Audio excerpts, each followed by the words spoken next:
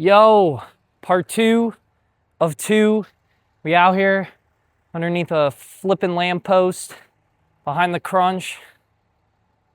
My boy Josiah is filming. Flip it around, Joe. Show everybody.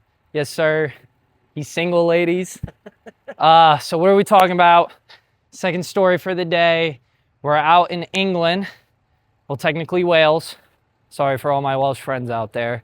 And we're talking about Alex and Lila. Now, Alex and Lila are driving down the road when Alex's car starts to catch on fire. And so she's got to pull off onto the side of the road.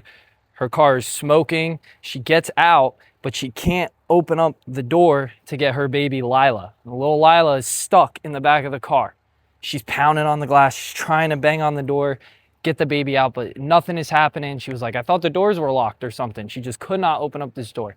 She runs onto the street, starts waving her hands, frantically screaming for anybody to pull over and help her. And people just right past. No one, for a good 30 to minute 30, just go right past her. And she is freaking out. Her baby is in the car. The car is on fire, literally on fire. That's when Wesley and Mark, an uncle-nephew combo, are driving down the road, and they see this lady freaking out, waving her arms. There's a car on fire next to her. She's obviously begging for help and is in need. So they do the right thing. They pull over. They ask her, what's going on? She's like, my baby Lila is in the car. And Mark and Wesley become heroes. They break open the car door.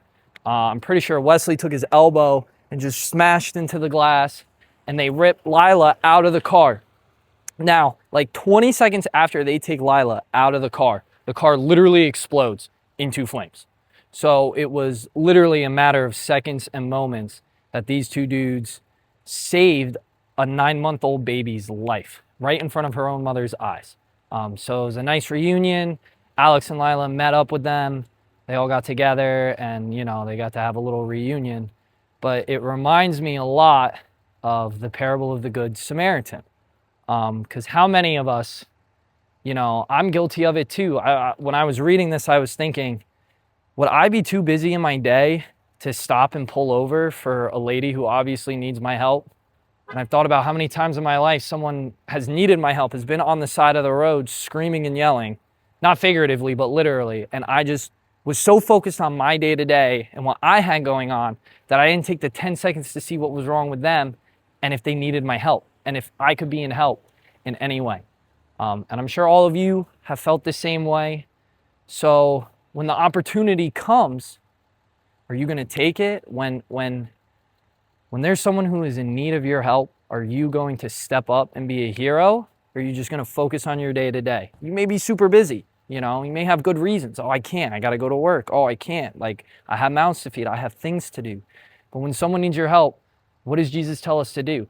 He tells us to drop everything and go help. So I'm going to read the parable of the Good Samaritan. I'm going to have to move a little bit into this light, you guys. You guys know how fine of a print this is. So we're in Luke. Excellent gospel, by the way. Luke is an excellent gospel. Luke chapter 10, verse 25. And behold, a lawyer stood up to put him to the test. It's always a lawyer, always a lawyer. Teacher, what shall I do to inherit eternal life?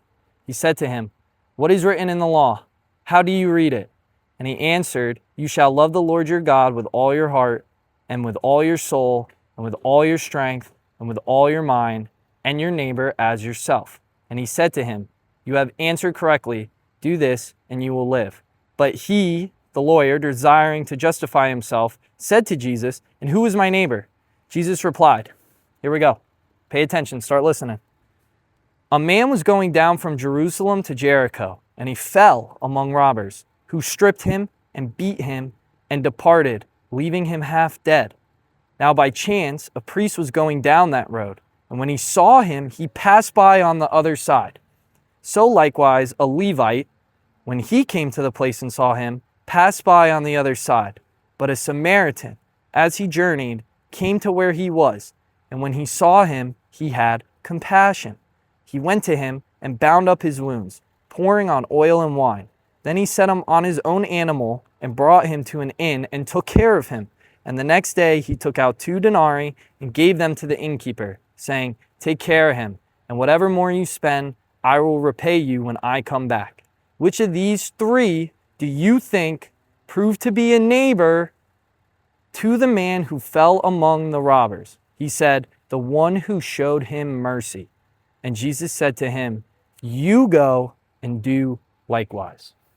Be like Mark and Wesley. Be a hero. When the opportunity arises, when God puts that in front of you, be a hero. Be a freaking champion. I love all of you. See you tomorrow. God bless.